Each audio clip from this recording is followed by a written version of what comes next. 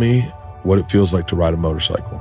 You cut through places and the country in a way that you can't. It's closer to horseback than it is to flying. You don't realize when you're in a car that the temperature changes every 20 feet.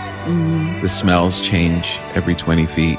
You're just, at a certain point, you're just one with this bike. You're just literally this one entity slicing through the environment.